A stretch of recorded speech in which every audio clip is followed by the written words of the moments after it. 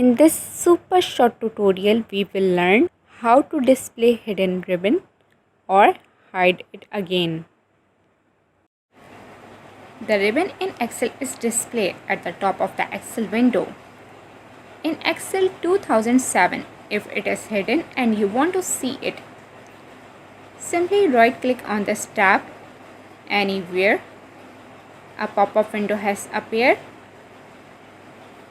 Unselect the option Minimize the ribbon. As you can see over there, the ribbon has appeared. To hide it again, click on the tab, reselect the option Minimize the ribbon. Now you can see over there how easily we can hide or reappear the ribbon. Thanks for watching.